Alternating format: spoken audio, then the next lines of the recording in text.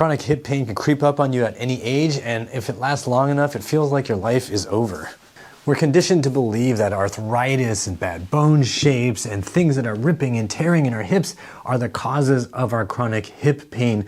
But these theories aren't actually backed by science, and if you follow them, you're virtually guaranteed to have worse hip pain over time. So let me show you 3 reasons why your hips really hurt and 3 habits that will help you fix your hip pain and get your life back. And just so we're clear, I have 20 years of experience personally with debilitating hip pain, as well as professional experience helping other people beat their hip pain too. So what I'm about to share has nothing to do with what you find in medical textbooks or those same old tired tropes about how you need to just rest and relax and hope that things get better. This is about you taking control. Reason number 1, you sit in a chair all day, whether you're working, resting, or going somewhere. The muscles that stabilize and move the bones that comprise your hip joint require blood, and they require challenge to stay alive. If you are crushing them non-stop all day, these muscles deflate and die. They atrophy, and atrophy aches. And just because you're not sitting on the muscles of the front of your hip doesn't mean they're not dying too. If you don't actually use these muscles, they're going to atrophy. Reason number 2 is you participate in sports or other hobbies that have you doing the exact same limited range of motion with your hips over and over again. It could be baseball, it could be golf, it could be hockey, it could be lifting weights. Even though these activities are good for your spirit and your body in general, doing the same limited motion over and over again is not going to keep your hips feeling stable, balanced, and healthy. Reason number 3 is you assume that the flexibility and strength in your hips is just genetics or related to age, so if things get worse, you just assume that there's nothing you can do about it. But that just means things are going to keep getting worse and worse and worse, unless you're willing to take on 3 habits that can help you make your hips stronger, healthier, and more flexible. Healthy hips habit number 1 is to move your human body like humans used to move them. So you can do things like a deep resting squat or an Asian squat or Slav squat, whatever you want to call that squat. You can also go into a hip hinge and see how that feels. Do your hamstrings allow you to even get below your knees with your hands? Can you touch maybe your ankles, or are you stuck up here and rounding your back? You need to challenge the muscles of your hips to get them healthier, stronger, and more flexible. And these are not motions that are inaccessible to you as a human being. These are motions that human beings were doing long before chairs and toilets ever existed. Even something as simple as going for a walk around the block can be a great way to start waking up muscles that may be dormant from sitting on them or from doing repetitive motions all the time. And even practicing something as simple as getting down to the floor, sitting on the floor like you used to in preschool, or maybe tucking a leg back, or even sitting on your knees and the tops of your feet. These are all things humans have been able to do before chairs became the default way of sitting. And practicing all of these different skills can help your hips and your legs and the rest of your body feel a whole lot better. Healthy hips habit number 2 is to use targeted exercises to improve comfort levels, strength, and flexibility. So maybe your outer hip is sore all the time. Maybe you just take a ball, put it against the wall, and massage into the muscle tissue around the hip. You want to stay on meat, not bone, and you want to try to get that meat to relax. So find areas of tension.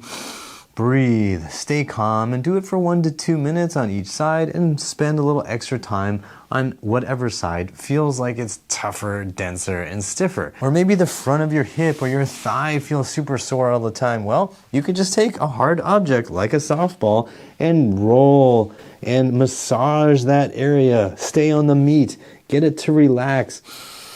Take some breaths and teach those muscles to just chill out. But of course, massage is not going to fix everything because muscles don't live by massage alone. I think that's a Bible verse. Maybe not. I'm not sure. Most people with chronic hip pain could stand to do a hip flexor stretch where you're getting these muscles on the front of your hip to just lengthen, relax, breathe, and allow for a fuller range of motion. You want your thigh bone to be able to get behind your body. That's going to help you turn on your glutes more. It's going to help relax the tight muscles in front here, and it's just going to make you feel like a better human overall. Most hip pain sufferers could also benefit from a simple hamstring stretch where you put your foot up in front of you and then start leaning forward. But you can also turn this into an inner thigh stretch just by rotating out and then playing around with the angle of your body. Maybe you lean forward more, maybe you lean sideways. There's no right and wrong here. You're just trying to make more positions feel right and strong. So take your time, explore, and see what feels tough and challenging for your body, and then see if you can make that a little bit easier over time. Just please remember that slow is safe and fast is foolish, so when you start, take it easy. Please don't hurt yourself. And if you want a full video on how to stretch properly, I will link to it right there and also in the description box. And you also want to build strength in your hip muscles, and one great way to do it is with a straight-legged hip hinge. So you've just got a light weight that you know you can handle, and you're going to be hinging down and coming back up. You're going to be using the muscles of your backside to do this. Your spinal muscles are just going to stabilize. You're not just curling your spine. And your hips, your butt, your hamstrings, those muscles are working to control this motion. Doing this exercise a couple times a week with a weight you can handle to a very moderate level of fatigue can be a great way of waking your butt and hamstrings back up so that you feel like a human being again, as opposed to a human hurting. 2 to 3 sets of body weight glute bridges can be a great way to wake up your long dormant butt muscles. Again, if you've been sitting a lot for decades, you've probably crushed the life out of these guys. And then you can increase the demand by lifting one leg so that one glute has to work really hard. You can use 2 to go up, 1 to go down, 2 to go up, 1 to go down, and then when you feel ready and this one's strong enough, you can just use the 1 to go up and down. Just make sure you feel like your glutes are working. An option to wake up your glutes if you don't want to be on the floor is to stand next to a piece of furniture like a couch or your mattress, and you want it to be around knee or shin height. So you want to be able to press into it.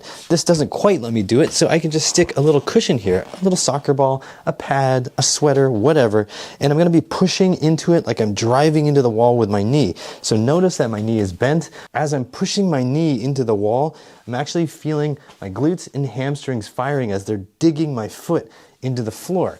And now I can hold this position and just feel the burn in my butt. You want to experiment with different angles. You can lean forward more. You could have your knee bent more. You can go lower and keep trying to drive that knee forward. The important thing is push the knee forward and feel this going, and use enough padding that this isn't uncomfortable for the knee. And you can even start doing twists and turns, balancing, and getting used to using all this stuff around your hip in a way you have not been doing for the last 30, 40, or 50 years. I'm not going to make this video 97 hours long and show you every single hip pain exercise you could possibly do. But if you want more resources, you can check out the Healthy Hips program, which is going to be linked down below. And you can also check out my hip pain playlist here on YouTube.